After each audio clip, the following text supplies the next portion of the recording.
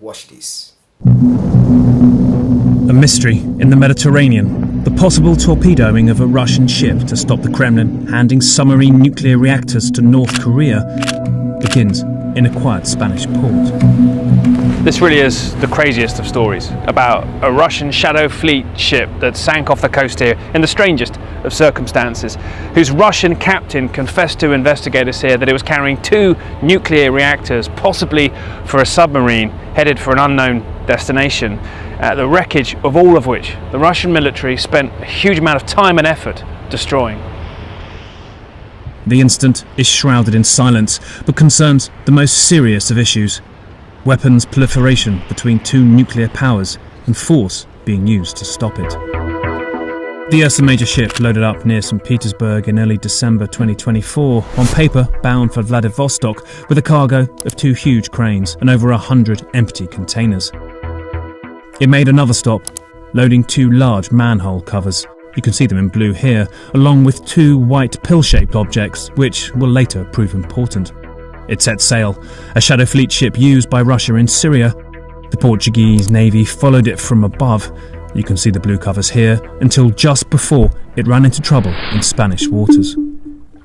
It was way further out to sea when the Ursa Major, on the 22nd of December 2024, suddenly slowed, and Spanish rescuers noticed this and they radioed to ask if anything was wrong. The ship insisted it was fine and could deal with the situation. But about 24 hours later, it made a sharp deviation and issued an urgent call for help. The boat was listing, this video shows, filmed from a nearby tanker, but probably not going to sink too fast. The captain of the ship later told investigators he'd seen a 50 centimetre by 50 centimetre hole in the hull, the damaged metal facing inwards, a source close to the investigation said. The captain said it had been followed by 3 explosions on the starboard side of the boat, killing 2 of his crew. So the Russian military arrive in force and they tell everyone to stay 2 nautical miles away from their ship, the Ursa Major. But the Spanish know they need to conduct rescue operations, so they send this ship to pick up 14 Russian survivors who were brought back here, and that includes the Russian captain, who it seems starts to help investigators piece together some of what's happened.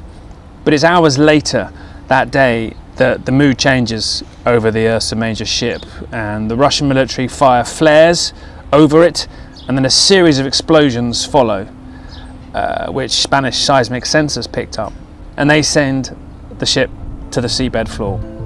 Moscow demanded their crew back too fast, but it didn't happen immediately.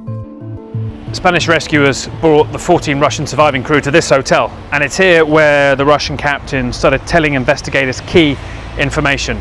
Now, there's been near silence from the Spanish government about this incident, but they recently released this statement confirming that the Russian captain confessed here to investigators his ship was carrying 2 nuclear reactors, probably meant for submarine use.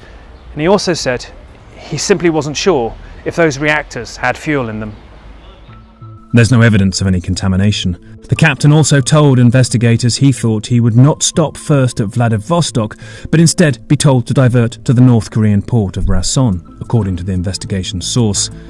That could explain why the extra cranes were needed to help lift the reactors safely. Russia was in North Korea's debt at that time. Kim Jong-un had 2 months earlier sent troops to help Russia's invasion of Ukraine, leaving analysts curious as to what the Kremlin had given him in return.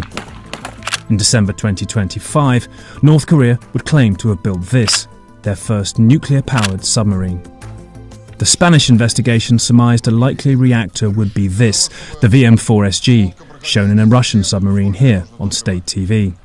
Its dimensions are not public, but CNN analysis shows reactor vessels match the shape of at least one of the white objects seen in St. Petersburg's container port on December the 4th, both gone by December the 11th, when the ship had left.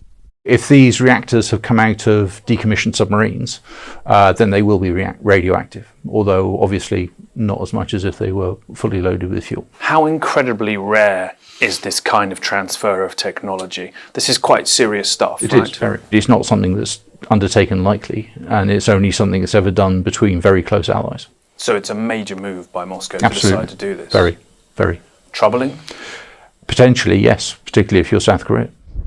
Everything may have been on the bottom of the sea, but the Russians weren't done yet. And according to a source familiar with the investigation, about a week after the incident, a Russian research vessel called the Yantar, linked in the past to all sorts of allegations against Moscow, sat over the wreckage for about 5 days, and 4 more explosions followed, possibly the Russians destroying what was left of the wreckage.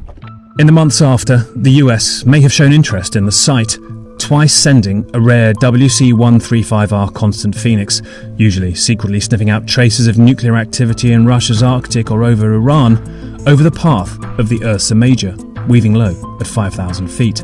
One had flown a similar route 13 months earlier, perhaps suggesting its routine. The aircraft's US base declined to provide any details. Spanish lawmakers have urgently sought answers, but got few. Cuando alguien no te dice claramente y no te da la información claramente y extensa de lo que pides, por lo menos sospechas que te está escondiendo algo, por supuesto que sí. La caja negra nos han dicho que se ha hundido con el barco, que está a 2.500 metros de profundidad y que la operación hace, por su alto riesgo, imposible. Entonces yo creo que la caja negra la tiene alguien, pero claro, no sabemos si es el gobierno de España o los propios rusos que la han localizado, ¿no? So why did the ship sink? The Spanish investigation said the first impact was likely from a projectile called a supercavitating torpedo that fires air in front of itself to reach very high speed. Others point to something simpler. The hole in the hull that the captain talked about, 0.5 metre by 0.5 metre. Yeah. What could make something like that?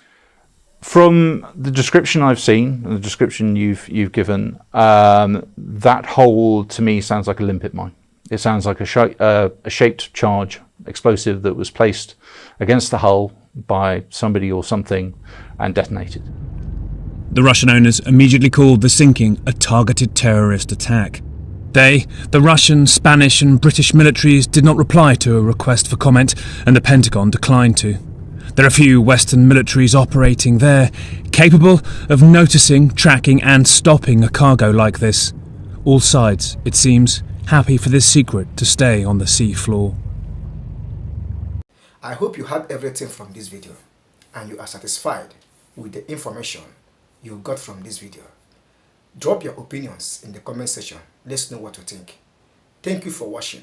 For more news, updates, breaking news like this, join this channel by subscribing and make sure you turn on the bell. Anytime I publish the next video, you will get notification. Thank you for watching and bye for now.